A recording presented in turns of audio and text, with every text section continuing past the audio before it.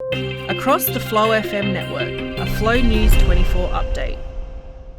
Well, welcome to the Flow News 24 desk, and we look at, on this Monday morning, the Roy Morgan Daily News summaries. The first one, the number of Australians aged 65 plus is forecast to double over the next 4 decades. The federal government will release this Thursday its latest intergenerational report. It forecasts that the Australian population growth will actually fall to 1.1% over the next 4 decades. It's down from 1.4% over the last 40 years. The nation's population is now projected to reach $40.5 million in 2062-63. That's due primarily to a post-pandemic rebound in migration. However, the number of Australians aged 65 plus is forecast to double over the next 4 decades, while the number aged 85 plus will triple. Treasurer Jim Chalmers will release this intergenerational report this Thursday. And to the Commonwealth Games, and the Victorian Government continues to attract scrutiny over its decision to withdraw from hosting the 2026 Games. The State Government of Victoria revealed on Saturday that it has reached a settlement with the Commonwealth Games Commission. It'll cost taxpayers in Victoria $380 million.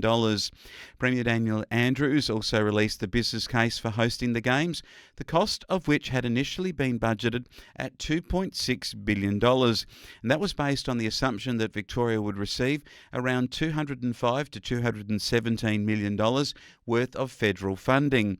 Although neither of the major political parties had committed to providing any funding when the business case was prepared in early 2022. The federal government also did not allocate funding for the Commonwealth Games in its May 2023 budget. And the Business Council has entered the debate about taxation. It says that the federal government should narrow the focus of its $15 billion National Reconstruction Fund, and it should concentrate on funding areas like vaccines, hydrogen and quantum technology. It calls them precincts of significance. And the Business Council of Australia has also said that the federal government's company tax rate should be reduced to the OECD average of 25%, and that a shift the tax burden should occur away from company tax towards an increase in the GST. And finally, in our briefs, that we take a look at information that is disinformation or misinformation. Or is it just that the government doesn't want the truth? Well, the Media, Entertainment and Arts Alliance, which is a union that represents journalists, has raised concerns about the Labor federal government's proposed laws, and they're aimed, that they say, at combating online misinformation and disinformation. The legislation would give the Australian Communications and Media Authority increased powers to fine social media firms millions of dollars for misinformation and content it deemed harmful.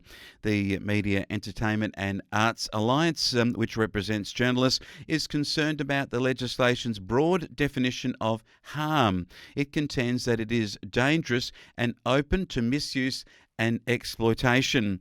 It does sound like the government is looking simply to censor what it doesn't like of that particular day, and maybe not leaving free speech as it is. We'll take a look at more news briefs here from the Flow News 24 desk. A Flow News 24 update.